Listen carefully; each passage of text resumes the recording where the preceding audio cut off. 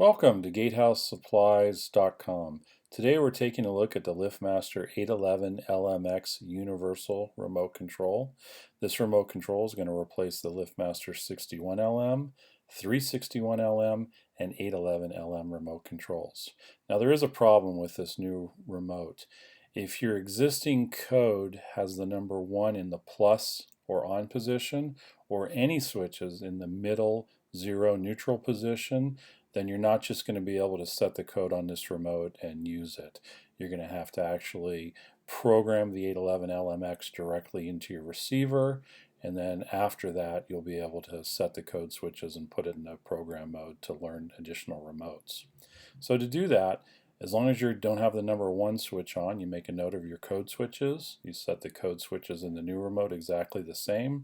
Any extra switches like 10, 11, and 12 are off. Then you locate the blue Program Learn button. It's just to the right of the 12 switch. You can reach this with a screwdriver by putting it in there gently and pressing down on the button. For display purposes, I took the cover off so you could clearly see it. So you push the button to put it into program mode. The yellow LED lights up, and then you're going to push the large button on the remote control X amount of times to toggle through the different frequencies.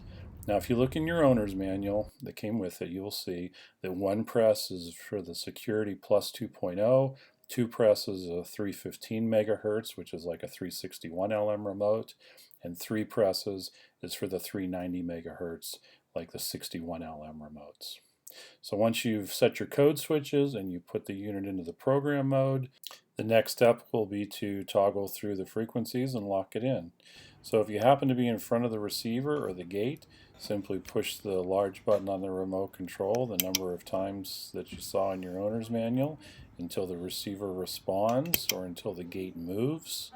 Once that happens, then stop pushing the button and go back and push the blue Program Learn button inside the remote control to turn the LED light off and lock in the code.